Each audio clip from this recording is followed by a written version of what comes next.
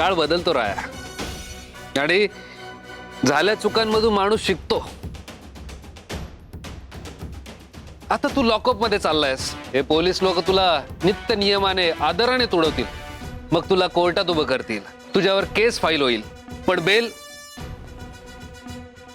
नाही मिळणार, कारण पुरावे सॉलिड आहेत ना आपल्याकडे. म्हणून तू केस हारशील आणि सरळ 14 वर्ष खडी फोडायला जाणार. आणि परत येशील ना, तेव्हा ही नजर आहे ना, नजर ही वर करून बघण्याची ताकद नसेल तुझ्यात. असं होईल? अगदी असंच होईल, डिक्टो, वर्ड टू वर्ड. मी आहे ना फॉलोअप घ्यायला. सॉफ्ट माणसाला दिलेला हार्ड प्रॉमिस.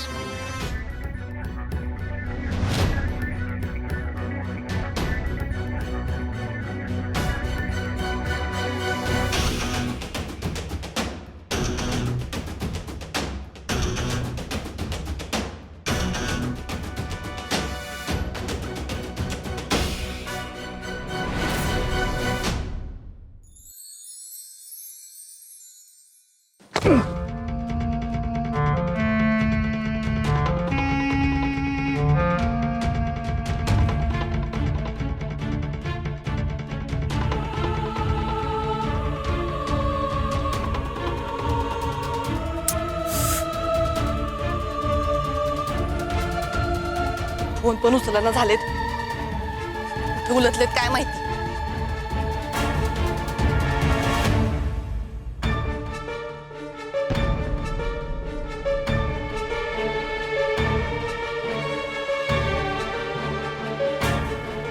कोण आहे?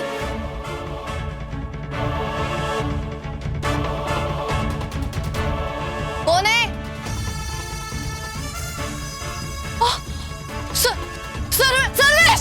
सर्वेश!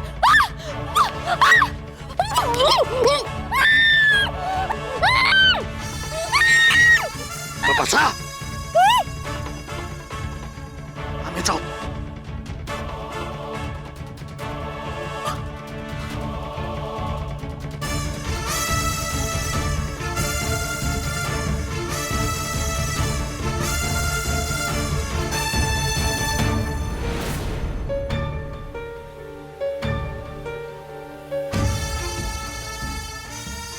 काय झालंय? हा? हे कपडे, चेहरा, काय झालंय? हा? आमचं बीपी हाय झालं होतं इथं. कुठे गेला होता सकाळपासून? मासनात काय बोलताय बाबूजी? जरा बघा, वाकड्या चेहरा आहे आमच्याच.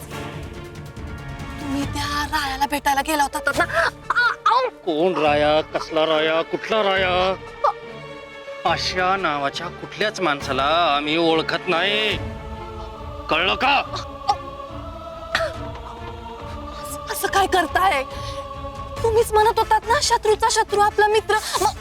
राया गोजमगुंडेला आम्ही ओळखत नाही. आणि तुम्हाला जर कोणी विचारलं की राया गोजमगुंडेला ओळखता का, तर तुम्ही सुद्धा नाही म्हणायचं. रणजितरावांची वर्दी खाणारा, ढाले पाटलावर बालन टाणणाऱ्याला आपण वाऱ्याला सुद्धा उभं करत नसतो, कळलं? नाही बाबूजी, इन्हें बुद्धी दो.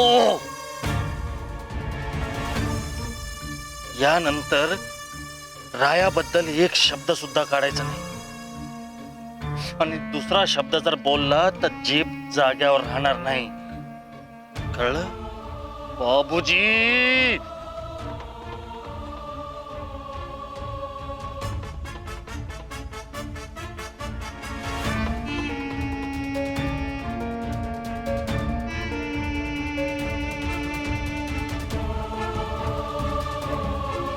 गोजमगुंडेचं काय झालं असेल? आता काय केलं रणजित भाऊजींनी? मी नाही काय केलंय. जे काही केलंय ना ते तू केलंयस. अहो पण नक्की झालंय काय काय ते तर सांगा. घ्या, म्हणजे जिने सगळ्यात मोठं काम केलं तिलाच माहित नाही. कसं माहिती असेल? तुम्ही काय सांगितलंच नाही तर कसं कळेल मला? मला जरा नीट इसकटून सांगा की. ओके, तर संजीवनी रणजित ढाले पाटील, तुम्ही तुमच्या जीवावर उदार होऊन तुमच्या डोकॅलिटीचा वापर करून आणि मिळवून दिलेल्या सबळ पुराव्यांच्या आधारे पोलिसांनी रायाला अटक केली आहे. अनबेलेबल वॉरंट निघालाय त्याच्या विरुद्ध. साधी बेल सुद्धा मिळणार नाही त्याला. थोडक्यात काय 14 वर्षांची सरकारी भाकर तुकड्याची व्यवस्था करून आलोय.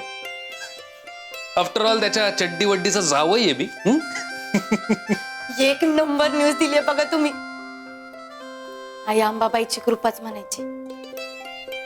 अंबाबाईची कृपा आहेच, पण तू जे केलंस ना ते खूप महत्वाचं होतं. मुळात ही आयडिया तू दिलीस मला.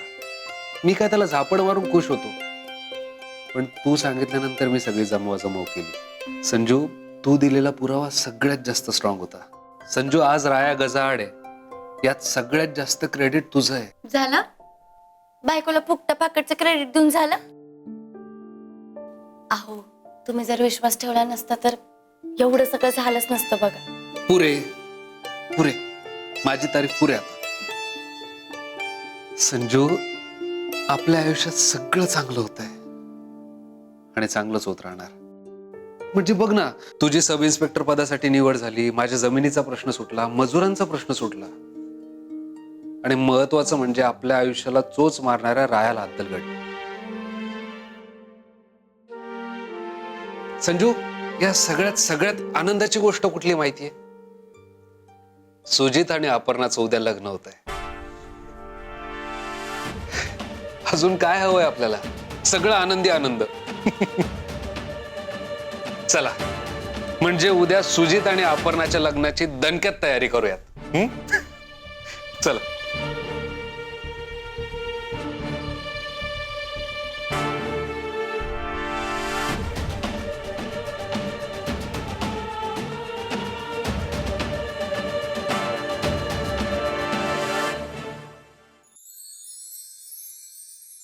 जाधव, कान देऊन ऐका.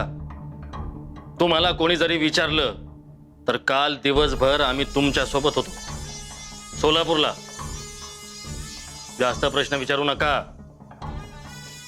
काल दिवसभर आपण सोलापूरला होतो आणि रात्री उशिरा आलोय घरी आंबेगावला. आलं लक्षात? दादासाहेब,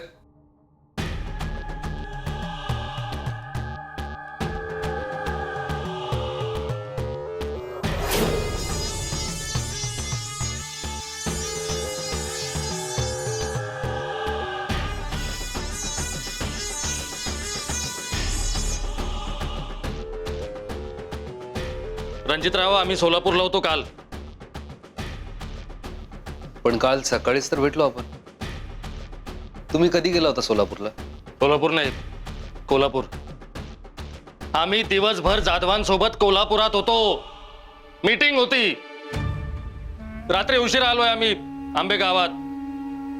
विचारू शकता त्यांना. पण मला का सांगता?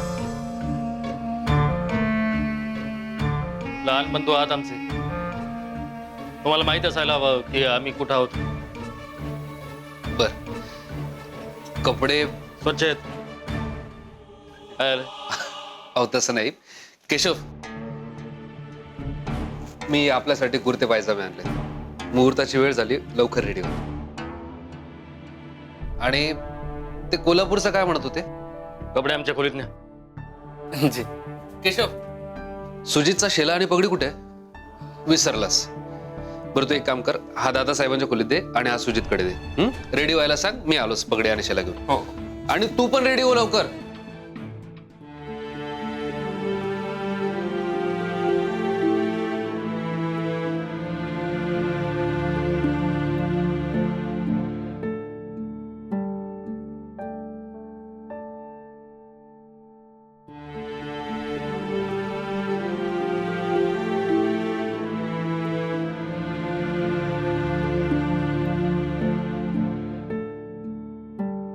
संजू, तू अजून रेडी नाही झालीस? नाही म्हणजे तयारी करणारच होते.